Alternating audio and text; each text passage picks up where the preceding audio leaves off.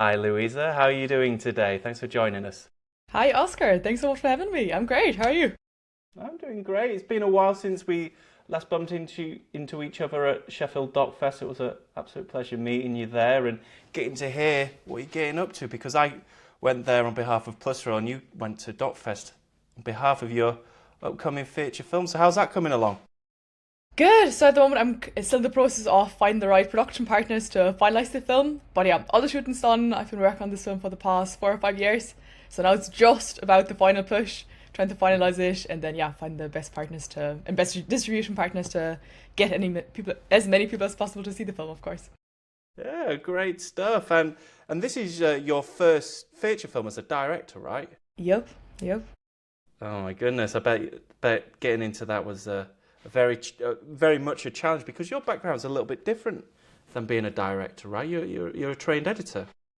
Yeah, I mean, initially I was just an activist and I became a filmmaker to tell this story. And then, yeah, I got into editing, wanted to make this film, so it's all been a very flowy process. But initially I was just a surfer who cared about the ocean and wanted to tell a story about that. Yeah, so from surfing to filmmaking. So, but what drew you into filmmaking? I'm actually quite interested by that because it's an interesting transition, not very related to surfing and picking up a camera, two very different things. Maybe use a GoPro to show some of your cool surf moves, but very much different. So I'm really interested to hear more about that. I think it's just an art form that combines so many things and it's a beautiful way of telling stories, of letting people into your thoughts and everything. Yeah, I love working together with the team, and I think it's just a great way to share what you're passionate about and what's important to you. Yeah. Yeah, and what's interesting is you grew up in the landlocked part of Germany. So how did you get into surfing then? So I've always loved the ocean. My parents have been taking us to Croatia a lot when I was a child. And then I went to a surf camp for like 1 week when I was 17 and just got completely hooked. So when I finished school, I went to Spain to work in a surf camp for half a year, did a bunch of other things, but for me it was always clear that part of my life had to revolve around the ocean.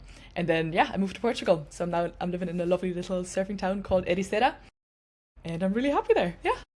Oh, wonderful. So, as someone who probably you didn't go to film school, is that right? I did You study at did. some point at the University of West London. So I went there for 1.5 years, got my Bachelor of Arts, so I have a little paper with my degree on it. But to be fair, I wouldn't say, yeah, it did that much for me. Like, I mean, it's been lovely, meeting people, but I do think anybody can make a film. You do not need a formal education at all. And so you've got a bit of a background with your film school. You've gone out and you made your first feature. Could you kind of walk us through your process of developing Wasting Waves, which is the name of your upcoming feature? Yeah, yeah. Working title, working title. Let's see what the Yeah, final working film's going to be title. called. So initially, I went to Norway in 2020 in March to join this Norwegian NGO that is based on sailboats, and they are working with international volunteers, and their goal is to clean the entire Norwegian coastline of plastic pollution. Yeah, and then I joined them in March, and I was meant to stay only for 2 months as a volunteer. But yeah, the work just really hooked me, and I couldn't leave, and I just really wanted to tell a story initially about the volunteers and all the great work they're doing, because also 80% of the volunteers are girls and the work they're doing is super physical. We're dragging heavy, dirty nets from the fishing industry. It's really physical work, and I just thought it was so amazing. I wanted to make a film about that. Yeah, and then I kept coming back, kept making the film. Also went into the political side of things, more yeah, the political battles around ocean conservation in Norway, and yeah, shot over 5 years, and now I'm kind of done with that. Let's see what's gonna happen next. Yeah, brilliant. You've described your work as art and activism. So I'm really curious to know, like, how do you balance visual poetry with political messaging? Oh, brilliant question. How do I balance that? Well, I think at heart I'm a very artistic person, or a creative person at least, and political things can be kind of dry, I think. But combining those things and staying soft in your persona and your messaging and human is, I think, the way to draw people in and make them understand those kind of tough topics, maybe. Tough topics indeed. You know, you're going after the topic of ocean pollution in your upcoming film. So why do you think film is a powerful medium for environmental and societal change? I think it's just the medium that gets most seen, and that's the whole point of a film, right? To have people see it and create awareness, create change. Yeah, and I mean, for me, finalizing the film is really important, but what happens afterwards is also equally important to me, to have a really big impact campaign and, yeah, let the film actually make change, because that's the whole point of it, right? And were films in your developing part of your career, in your teens and your childhood, documentaries a big part of you wanting to get into filmmaking? Was that a big influence? I did think about it recently, like how I even started with film. I think my dad always used to carry a video camera around just to film, family life during holidays, and I think film's just a beautiful way of like documenting life too, no? And just to have something to look back on, like make memories and have it all there on film, literally. So we've Wasting Waves, title hold, title place, or whatever the term is, holding title, or whatever the term is. So it takes on Norway's green image. So, for myself as a British person, I always think of Scandinavia, Norway, so those beautiful coastlines. So what was the hardest part in challenging that image and bringing it part of your story? I mean, I was just like you. When I came to Norway, or when I went to Norway for the first time, I also had Norway is this super green, super sustainable country in my mind. Maybe some cute little fishing boats, beautiful nature, beautiful scenery. But yeah, the coastline is crazily polluted, and yeah, 80% of the trash comes from the fishing industry, 70% of the trash has Norwegian origin. And yeah, we just don't think about it at all like that, I think, most people. So that really shocked me. And what's been your process with getting in touch with interview subjects and being subjective to get to the heart of it? What's been your process for that? Just emailing them. I just emailed a bunch of them. I was like, hey, I'm making this film. Do you want to, be part of it? And that worked surprisingly well. Yeah. Mm-hmm. How have you been doing it? Yeah, so you've emailed them, you've got them involved, and you've interviewed them. So what's been, what's been your process with interviewing them to unearth information? I think it's a genuine curiosity that is really important, especially when involving parties from different sides, or that I know maybe have an opposing opinion to mine or different opinion. But just to, I don't know, bring a genuine curiosity to the table and be like, hey, I would love to understand your way of thinking and how you think about the subject, and like maybe we can, find some common ground. But yeah, just like trying to understand where people are coming from, I think is really important in every part of life. Mm-hmm. So it's your first feature documentary, and no doubt a thrilling event. What have been some challenges you faced in making your documentary?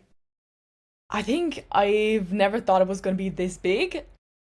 As I said in the beginning, it was only meant to be a story about the volunteers, and I also never would have thought it would have taken this long to get to the stage, because I mean it's now been 5 years.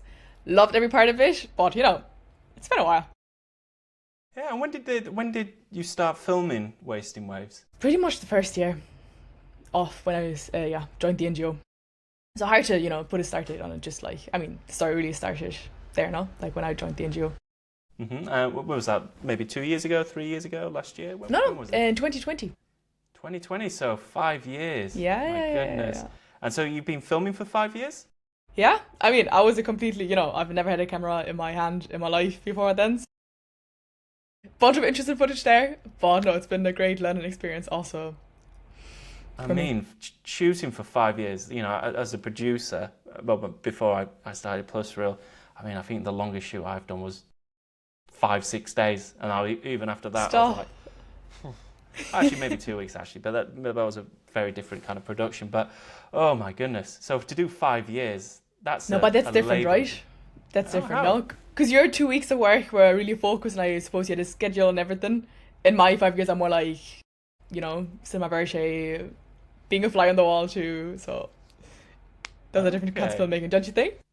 Yeah, well, I guess in that case, yeah, very different. I guess mine's pure intensity, and yours is picking up a camera every now and then and getting to Yeah. getting to cover. So actually, in that case, you mentioned being a fly on the wall. So that's an interesting way of making a film and ingratiating yourself amongst your kind of colleagues at the NGO.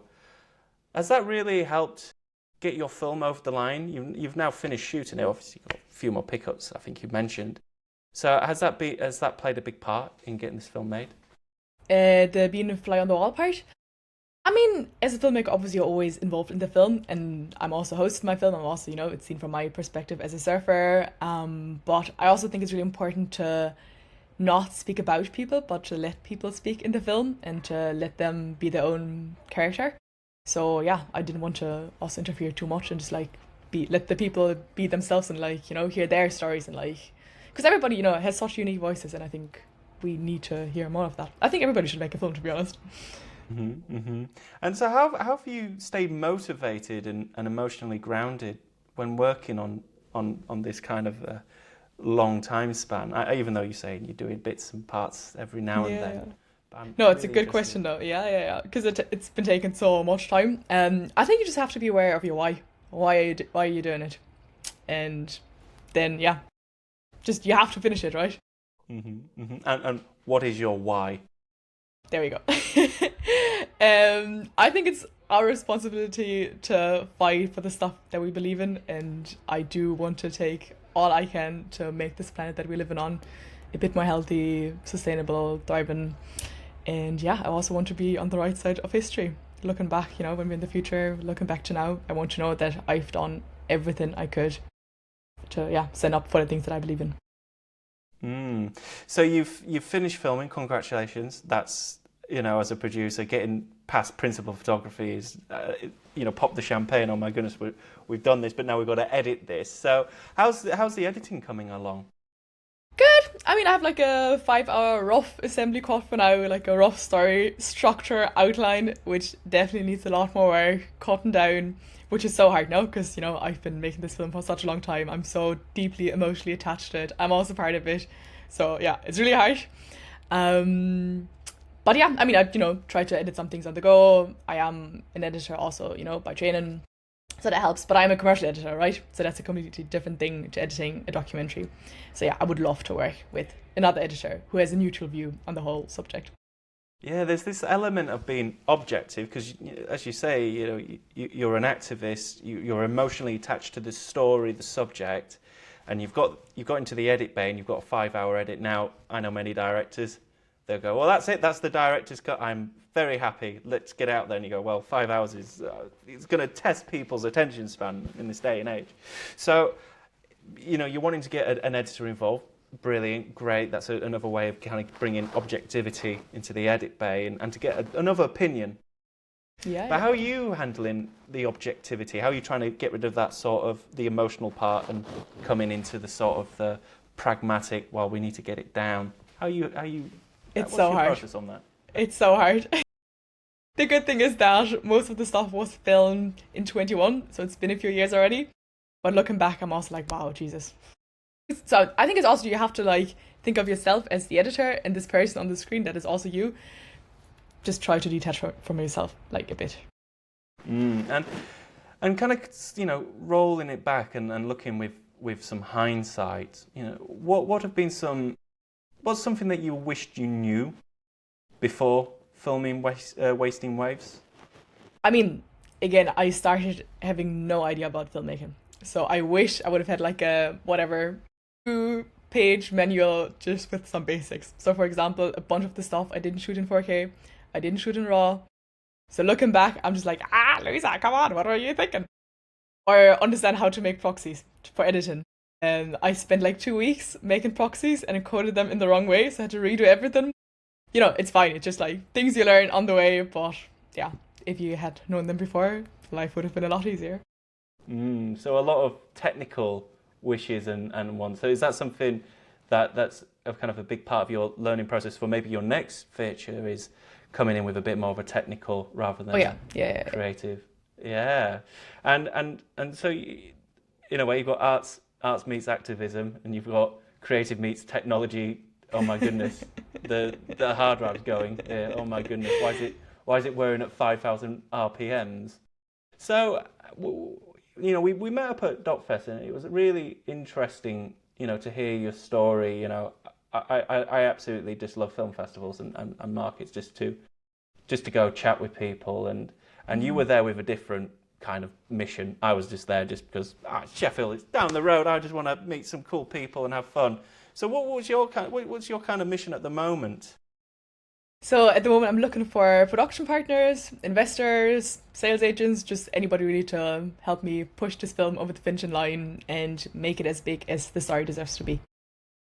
And so, are you kind of in the process of trying to find some completion financing to do pickups and finish the edit? Yeah, and how's that process going? Are you finding anything interesting? Any lessons learned? So Sheffield DocFest was also my first film festival ever, and in a way also my first time meeting the industry. And I've been blown away by all the love and support I've gotten for the film and for the project, which has been amazing. Documentary people are lovely, but they're like they were so lovely. So I've been really happy about that. So yeah, got a bunch of interest, some letters of intent, keep pushing the conversations forward, and yeah, let's see what's gonna happen. But I'm hopefully optimistic. And so DocFest was your first film festival. Is there any kind of advice you'd like to give to people, maybe our viewers, about going to a festival for the first time? Any little tips and tricks you'd like to pass on? I might have to go to my second film festival to, be in a position to actually give tips, but just have fun and be yourself. It's such a lame tip, but just, have fun. Everybody's lovely. We all, want to make great films, and yeah. Wonderful. And so Wasting Waves, socially impactful, environmentally impactful film. Have you got your second film, your second film topic? Have you got something in mind? Is it another documentary? Of course. So the current film is more about plastic pollution and the NGO and a bit of the oil industry and the system. And the second one I would love to make about the fishing industry, because as I said, a bunch of the trash comes from the fishing industry and they're just not taking responsibility. There are not enough extended producer responsibility schemes in place at all.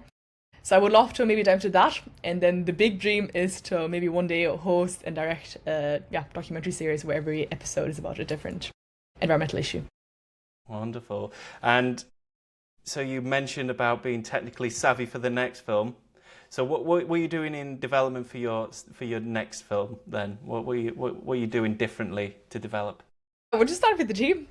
I've done most of those things by myself, which has been great, wonderful learning experience. But for the next film, I'd love to have a team to work with from the start. And what would you look for in a creative team for your next film? Small, intimate, everybody on the same page. Me, maybe a DOP. Oh, for sure a DOP. So me, DOP, an editor down the line, and then sound person, and then go shoot. And you as an editor yourself, a trained editor and a working commercial editor, what makes a good editor actually, Luisa? I'm really curious to know. I think you have to understand dynamics, and nothing can be too slow or too fast all the time. I feel like a bunch of people just start editing really fast, but then your attention span can't be this high all the time. So I think understanding the motion has been the game changer for me. And as a commercial editor, and you're doing a factual edit here at feature length, what have you brought from the commercial side into your factual editing? Any kind of little crossovers? For sure. I mean, being an editor helped me so much being a better director, just because I know what I kind of want. So it also helped me to not overshoot or to not undershoot, but just kind of to know what I want. Commercial editing and documentary editing is very different, obviously. So for the moment, I'm still struggling a bit with in documentary editing. Obviously, the scenes and the little snippets have to be way longer and stand there for longer. So my commercial side is like, come on, cut, go to the next thing. But in the film, you do have the luxury of letting the little video clips breathe and be there for a second to, actually allow the people to immerse themselves into the scenario. And you've made a sizzle reel. I remember you showing it to me. Yes. It's really cool, and I think it really shows the the emotions of your film and the impact it has. So I'm curious to know, like, has that scissor reel helped kind of get those those doors opened? Yeah, a bunch. And then, funnily enough, a bunch of people, like, after I told them that I'm a commercial editor, were like, oh yeah, we can see that. And what was your approach to making that scissor reel? Yeah, finding the highlight scenes, trying to put all the interesting bits together in one place, and then I was working together with the composer.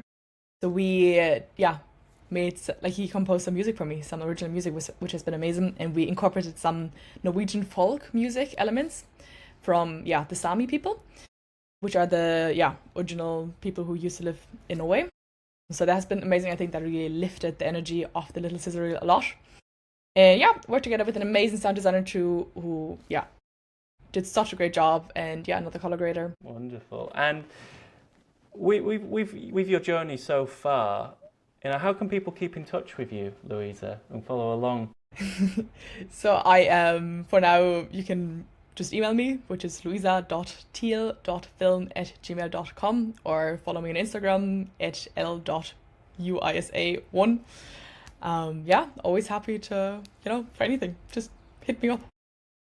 Very good. Do you have any closing thoughts that you'd like to share to our viewers, maybe about the mission that you're on when it comes to pollution? I think we're living in a day and age where it might seem overwhelming in a way, or it might feel like it's too, like, we're all lost, or it's too late. I would urge you to think we're not, and that everybody can do their thing, and that it is all adding up, and that nothing is wasted. Very good. Well, that's really, really interesting to hear that, Louise, and thanks for coming on. It's been an absolute pleasure to hear you, and I wish you all the best with Wasting Waves. I haven't seen that 5-hour masterpiece rough cut, but I've seen that sizzle reel, I've seen some stills. It looks absolutely amazing. I wish you all the best with it, okay? Thank you so much. Thanks for having me. It's been wonderful. Pleasure. Take care. Ciao, ciao.